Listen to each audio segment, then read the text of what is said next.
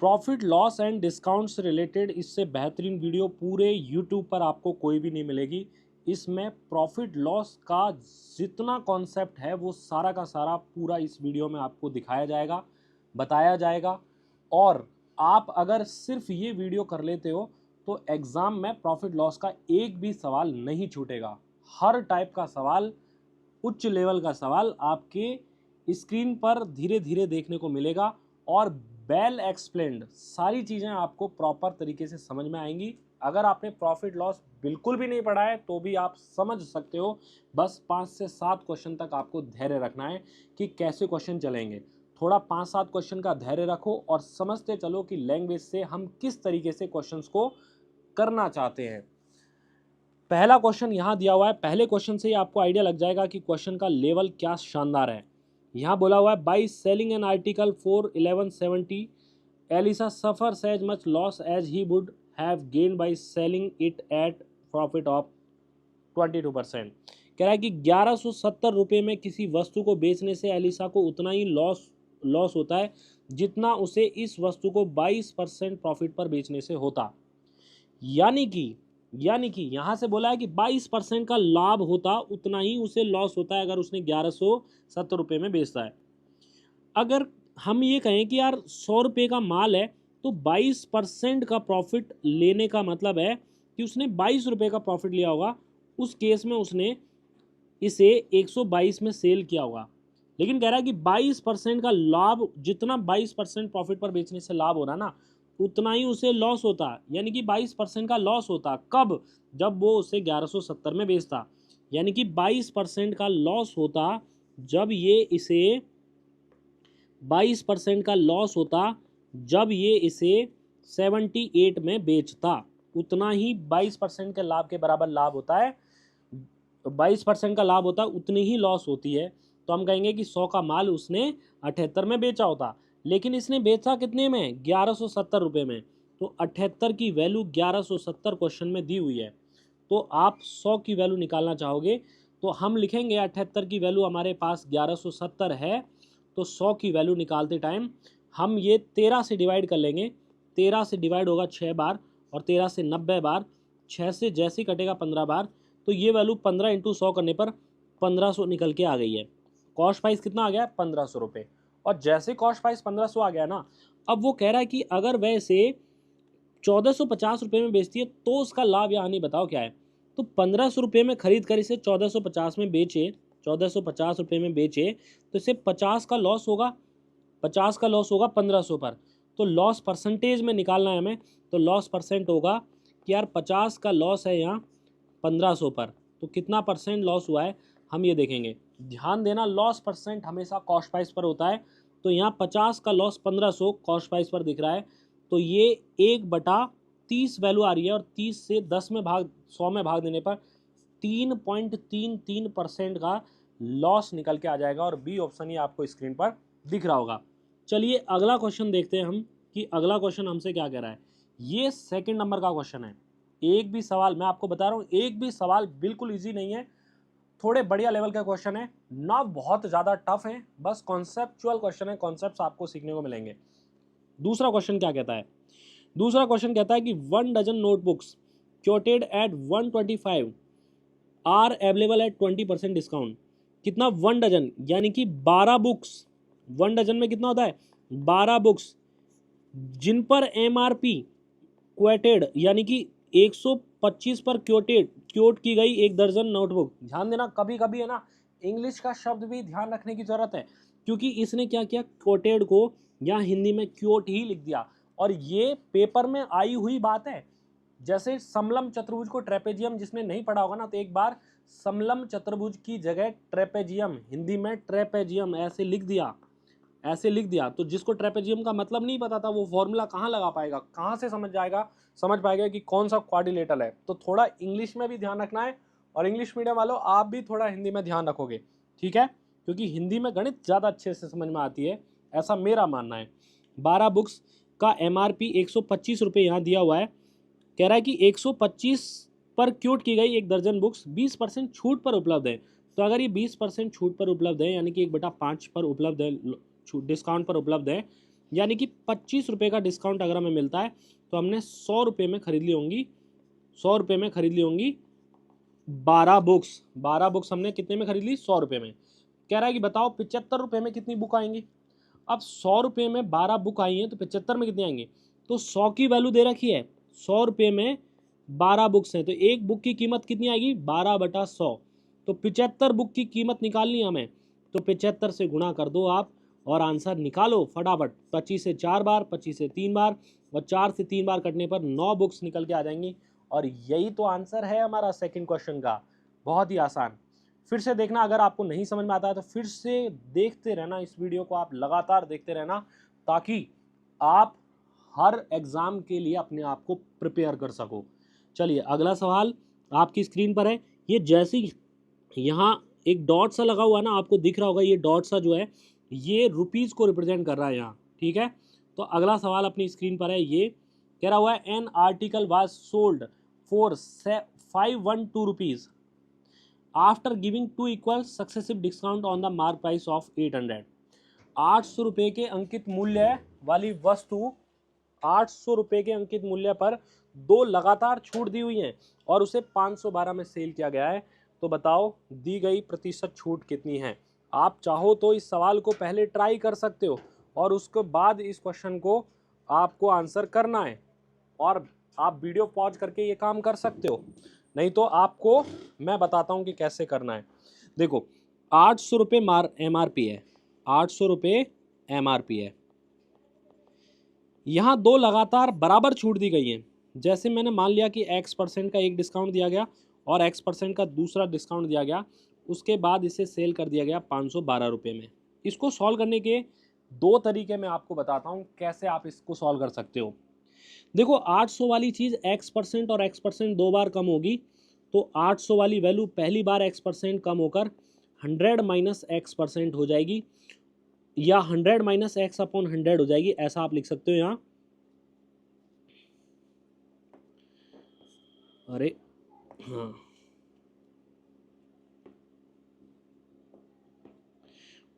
100 - X/100 हो जाएगा और दूसरी बार भी 100 - X/100 हो जाएगी, और ये बाद में बेची गई है 512 में। चलिए आप इसको सॉल्व करें। इसको सॉल्व कैसे करें हम? यहाँ चाहो तो आप 2 0 से 2 0 कैंसिल कर सकते हो। ये 2 0 से 2 0 मैंने कैंसिल किया है, और 8 से मैंने 6 बार, और बचेगा 3, 8 से 4 बार, 6400 दिखेगा। 100 - X की जो वैल्यू आएगी, इसका स्क्वायर दिखेगा 64 × 100 यानी कि 6400। तो 100 - X का स्क्वायर 6400 है, यानी कि 100 - X की जो वैल्यू होगी वो आएगी 80। तो यहाँ से x की वैल्यू आप 20 निकाल सकते हो और 20% का ही डिस्काउंट दिया होगा। बी ऑप्शन हमारा क्वेश्चन का आंसर आ जाएगा। ठीक है, बात समझ में आई आप सभी को? अच्छा, दूसरा कौन सा तरीका कह सकते हैं हम? देखो यहाँ पर हमने 2 बार इसको लगातार कम किया है, 2 बार हमने इसको लगातार कम किया है। तो कोई भी वैल्यू अगर 2 बार लगातार X% और X% कम की जाती है ना, तो हम कहेंगे कि यार मान लेते हैं कि ये A से B के रेशो में 2 बार लगातार कम हो जाती है, और डिस्काउंट, ये क्या है? डिस्काउंट है। तो डिस्काउंट जो होता है वो MP और SP का इनिशियल और फाइनल रेशो देता है। तो MP शुरुआत में 800 था, तो फाइनली ये जाकर 512 हो गया। यहाँ पर आप लिख सकते हो A² और B² का रेशो जो है वो 800 और 512 आया है। तो हम A और B का रेशो निकालेंगे, तो पहले से सिंप्लीफाई करें, 8 से 100 बार, 8 से 64 बार, A और B का रेशो आ जाएगा यहाँ से 10 से 8 का। तो 10 से 8 का रेशो एक X% की वैल्यू को रिप्रेजेंट कर रहा है, यानी कि 2 कम हो रहा है 10 पर, यानी कि 2 की छूट मिल रही है 10 पर। तो कितना परसेंट छूट मिल रही है? 20% आप कह सकते हो। समझ आया? ये भी तरीका हमारे पास उपलब्ध था। अगला सवाल, अगला सवाल एक बार वीडियो पॉज करें, कोशिश करें करने की। जो लोग प्रॉफिट लॉस में अपने आप को महारती समझते हैं ना, वो भी ट्राई करें। अच्छे सवाल हैं, इजी सवाल नहीं हैं। चलिए, फोर्थ क्वेश्चन क्या कहता है? A shopkeeper bought pens at the rate of 1350 rupees for 15 dozen pens and sold them at the rate of 495 for 5 dozen pens. His percentage profit or percentage loss is what? 1350 रुपये के मूल्य में 15 दर्जन pen खरीदता है, और उन्हें 495 प्रति दर्जन, 495 फॉर 5 डजन पेन।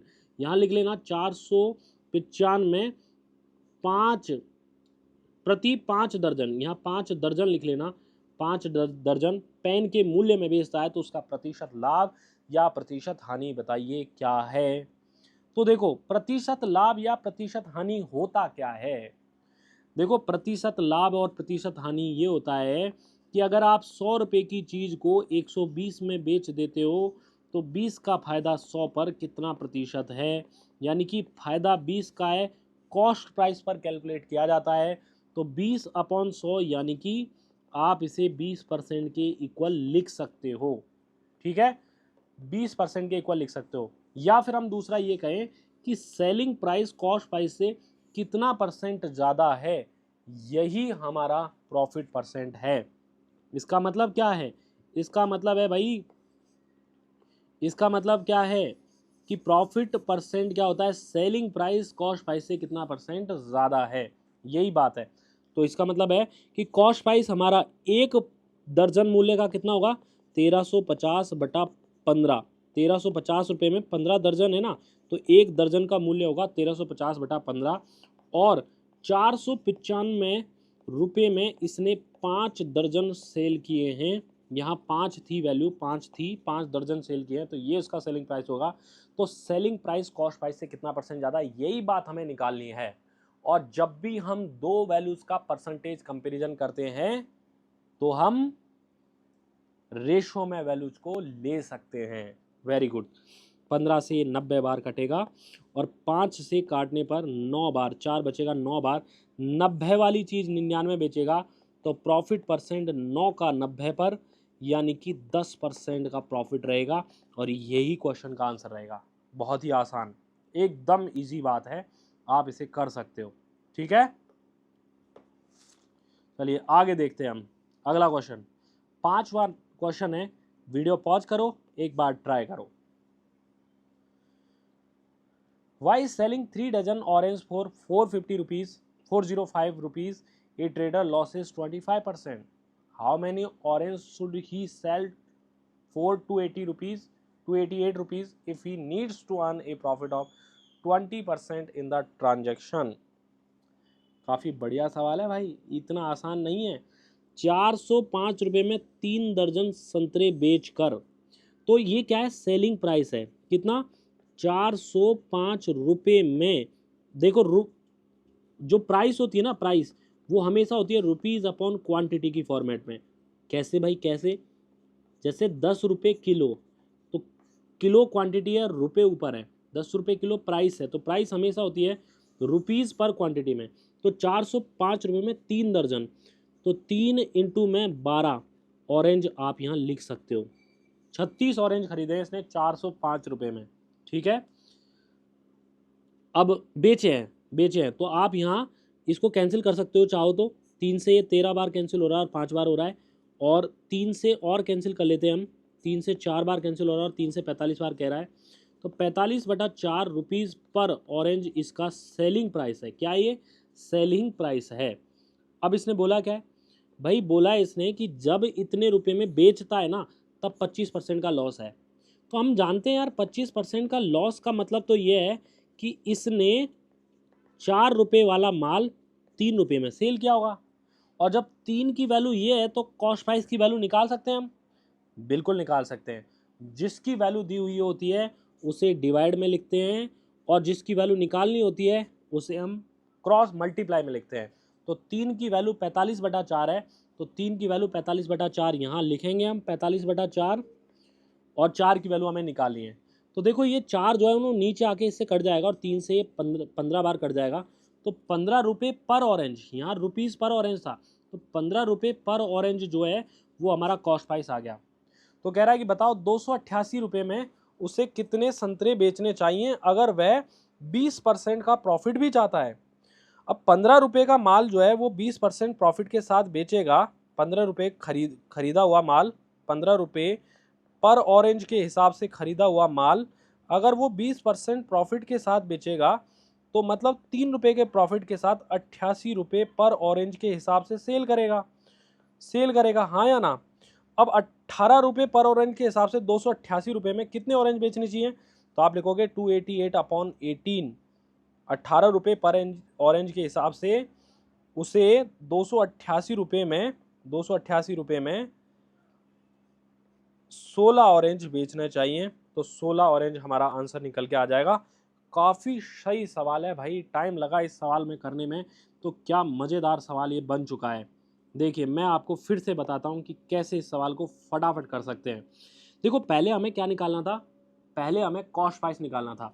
तो कॉस्ट प्राइस कैसे निकालें, देखो 25% के लॉस पर कोई भी चीज़ बेची गई है ना, इसका मतलब 75 में बेची गई है। आप ऐसे भी कह सकते हो, या 4 वाली चीज़ 3 में बेची गई है, ये भी कह सकते हो आप। तो मैं 4 वाली चीज़ 3 के हिसाब से लेता हूँ कि 3 में बेची है, ठीक है। तो सेलिंग प्राइस 3 है, कॉस्ट प्राइस कितना होगा 4। तो 3 की वैल्यू देके 4 की वैल्यू निकालिए तो कॉस्ट प्राइस निकल के आ जाएगी, ये कॉस्ट प्राइस निकल के आएगी, ठीक है। और कॉस्ट प्राइस अच्छा बेचा कितने में, 405 में 3 दर्जन, यानी कि 405 रुपये में 3 दर्जन। तो 36 यहाँ लिखेंगे, 36 यहाँ लिखेंगे। तो इसको 36 को आप थोड़े टाइम बाद आप समझ के ऐसा लिख सकते हो बाद में थोड़ा टाइम बाद कि यार ये 36 तो नीचे आ जाएगा, तो इसको 36 को हम नीचे लिख देते हैं, 36 को हम क्या लिख देते हैं नीचे। ये हमारा क्या है, कॉस्ट प्राइस है, ये हमारा कॉस्ट प्राइस है। अब कॉस्ट प्राइस से हम सेलिंग प्राइस पर पहुंचेंगे, तो कह रहा है कि कॉस्ट प्राइस जब आया है तो इसे 20% लाभ पर बेचना है। तो 20% लाभ पर बेचने के लिए तो क्या इसे 6/5 टाइम्स में बेचेंगे क्या, तो आप ये लिख सकते हो ये हमारा कॉस्ट प्राइस है किसका, रुपीज़ पर ऑरेंज का। यहाँ पर ये ऑरेंज हो गए, तो ये रुपीज़ पर ऑरेंज जो है वो हमारी क्या हो गई है, सेलिंग प्राइस हो गई है कि इतने रुपये में ऑरेंज हम बेचेंगे। अच्छा अब देखो इसको थोड़ा सॉल्व कर लेंगे तो आपको आनंद आ जाएगा। ये 6 से कट रहा है 6 बार, ठीक है। और ये 5 से कैंसिल हो रहा है 81 बार, और ये 3 से कैंसिल हो रहा है 27 बार, ठीक है। और 27 गुणा 4 108 में जैसे ही 6 का भाग देंगे तो 18 रुपये वही पर ऑरेंज निकल के आ जाएगा। यानी कि अब की बार हमने सवाल को बड़ा छोटा कर लिया है, बड़ा छोटा कर लिया है। ऐसे ही आप एक एक स्टेप बढ़ाकर सवाल को थोड़ा छोटा कर सकते हैं। तो 18 रुपये पर ऑरेंज के हिसाब से आप जब सेल करोगे तो 288 रुपये में कितने बेचने चाहिए, तो जैसे 100 रुपये में बेचना है 10 रुपये किलो के हिसाब से, तो कितना ऑरेंज बेचना चाहिए 10 किलो। वैसे ही 288 में 18 का भाग देने पर 16 रुपये पर ऑरेंज के 16 ऑरेंज आपको बेचने चाहिए। 18 रुपये पर ऑरेंज के हिसाब से 288 रुपये में 16 ऑरेंज आप बेच पाएंगे, ठीक है। काफ़ी बढ़िया सवाल। अगला सवाल क्या कहता है, किसी वस्तु का अंकित मूल्य 480 रुपये है, मार्क प्राइस यहाँ दी हुई है 480 रुपये, और कह रहा है कि कोई व्यक्ति से 15% और 10% की दो छूट पर खरीदता है। यहाँ कोई ग्राहक है जो खरीद रहा है इसे, तो इसने क्या किया 15% कम हुआ ये, और फिर 10% कम हुआ, और यहाँ ये खरीद लिया कुछ मूल्य में, ठीक है। और फिर वह इसे 25% प्रॉफिट पर बेच रहा है। तो अब ये 25% बढ़ाकर इसे सेल कर देगा। तो आपसे पूछा है कि बताओ इसका प्रॉफिट कितना रहा होगा। तो ये इनके बीच का जो वैल्यू है वो प्रॉफिट आपसे पूछा गया है कि बताओ कितना हुआ होगा, ठीक है। अच्छा एक बात बताओ, कॉस्ट प्राइस का 25% ही तो प्रॉफिट हुआ है ना, तो कॉस्ट प्राइस का 25% हमें निकालना है। तो कैसे निकालें भाई, हम ये कहेंगे कि पहले कॉस्ट प्राइस निकालो। आप कैसे निकालेंगे, 480 वाली वैल्यू 15% कम होगी तो 85% रह जाएगी, और 10% फिर से कम होगी तो 90% रह जाएगी। ये हमारा कॉस्ट प्राइस है, और इस पर 1/4 का प्रॉफिट हुआ है, 25% का प्रॉफिट हुआ है। तो ये जो सॉल्व करके आंसर आ जाएगा वही हमारा प्रॉफिट होगा, और एक ही लाइन में हम ऐसा लिख सकते हैं।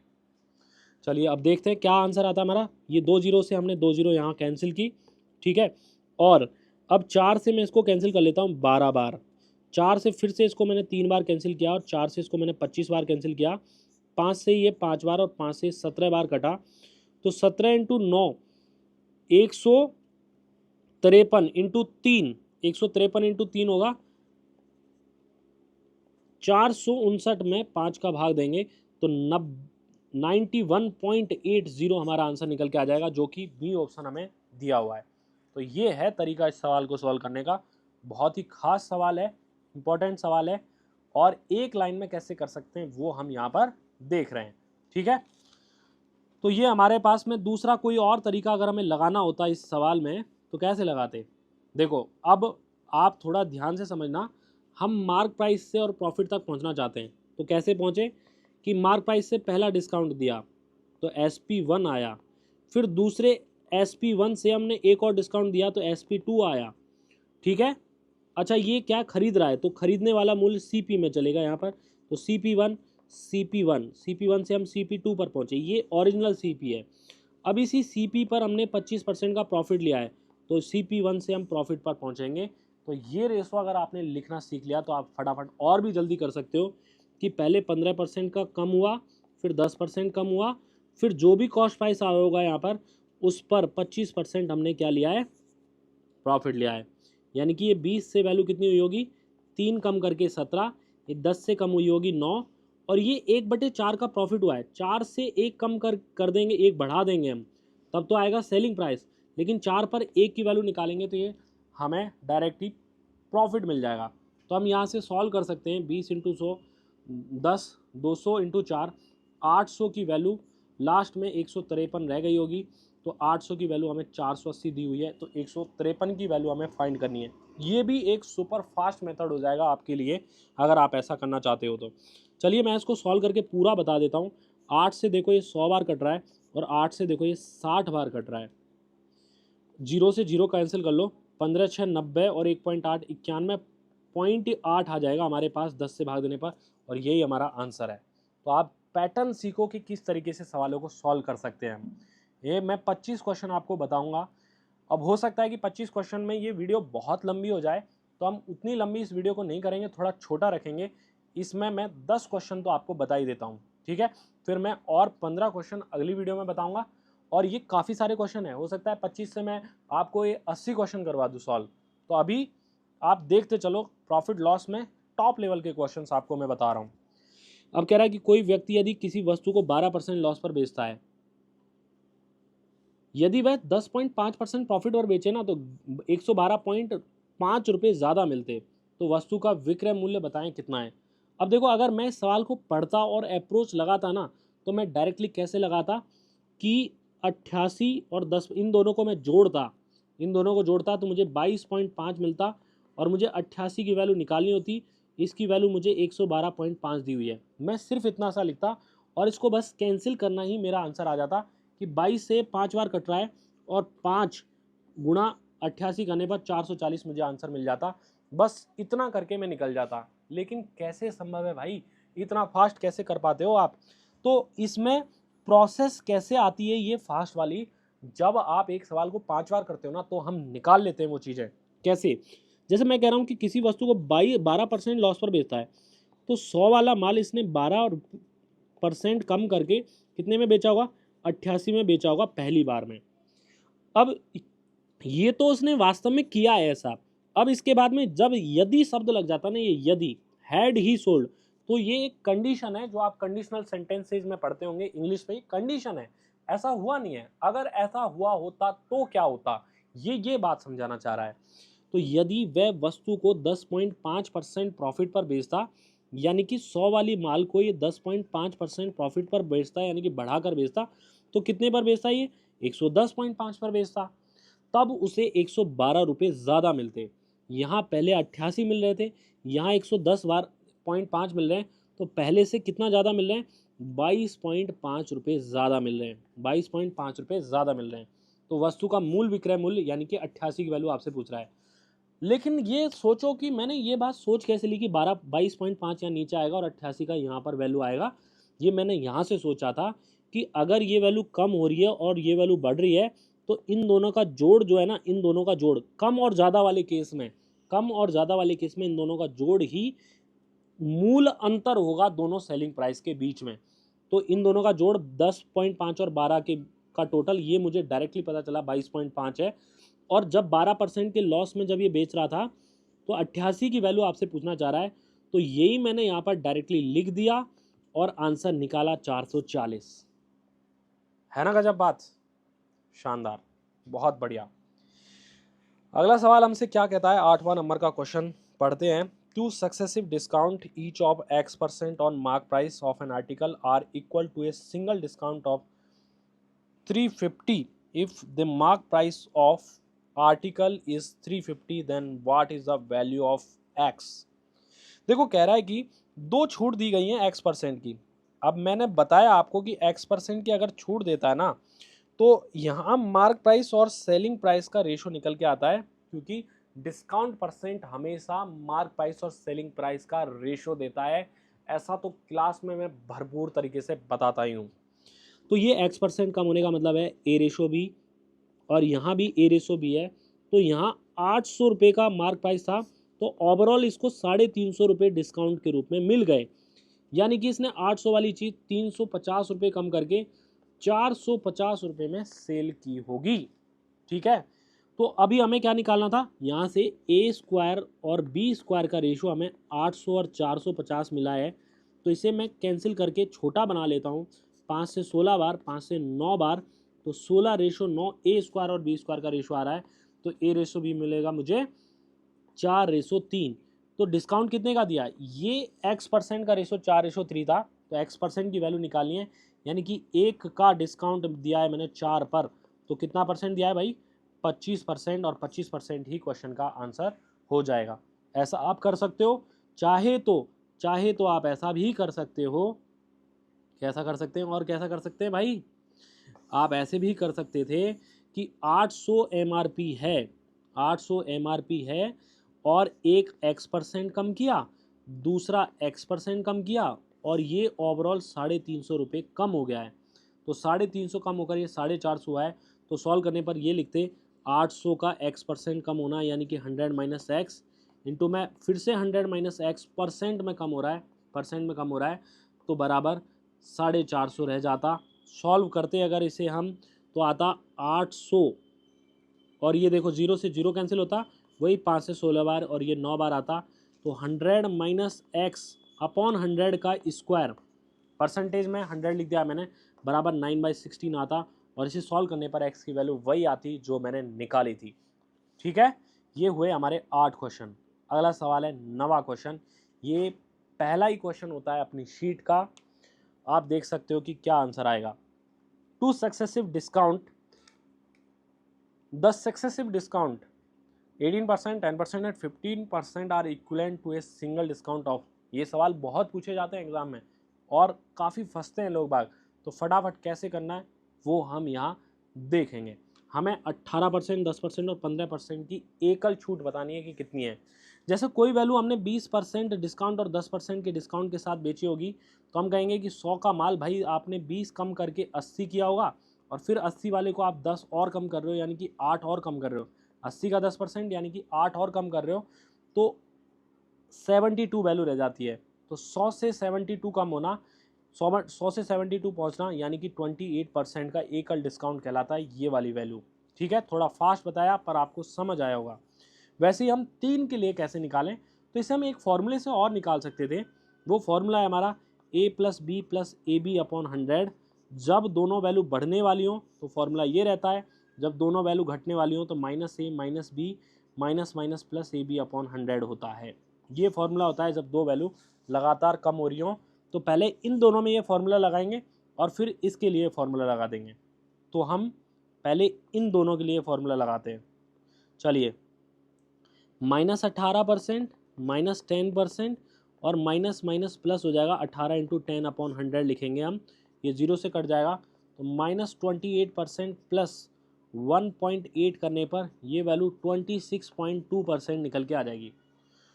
अब ये जो 26.2 वैल्यू आई है ना, इसे वापस से हम लगाएंगे। ये जो वैल्यू आई है हमारे पास, ये जो वैल्यू आई है हमारे पास, इसे फिर से हम इसके साथ में एक और बार फॉर्मूला लगा देंगे 15% के साथ में, कि माइनस का, जैसे मैं मिटाता हूं एक बार, तो इसे हम लिखते हैं यहाँ पर -26.5%। एक बार इसको माइनस का 26.2% और प्लस का माइनस का 15%, और ये माइनस माइनस प्लस होगा 26.2 इंटू में 15 अपॉन 100 लिखे हैं इसको। तो सॉल्व करने पर ये तो माइनस का 41.2 आ रहा है, प्लस ये देखो 5 से 3 बार और 5 से 20 बार, 2 से अगर कैंसिल करें तो ये 13.2 आ रहा है। 13.2 का 3 गुना करें, 39.6 में 10 का भाग दें, 3.96 आ रहा है। तो लगभग 4 कम करना है 41.2 में से, तो 37% के इक्वल हमारा आंसर आ जाएगा। B option. ठीक है, तो ये हुआ हमारा 9 नंबर का क्वेश्चन। चलिए देखते हैं आप 10 नंबर का और आखिरी क्वेश्चन है इस वीडियो का, क्योंकि वीडियो बहुत लंबी हो जाएगी नहीं तो। चलिए, ए किसी वस्तु को 48 रुपये में खरीदता है और इसे 30% के लॉस पर बेच देता है।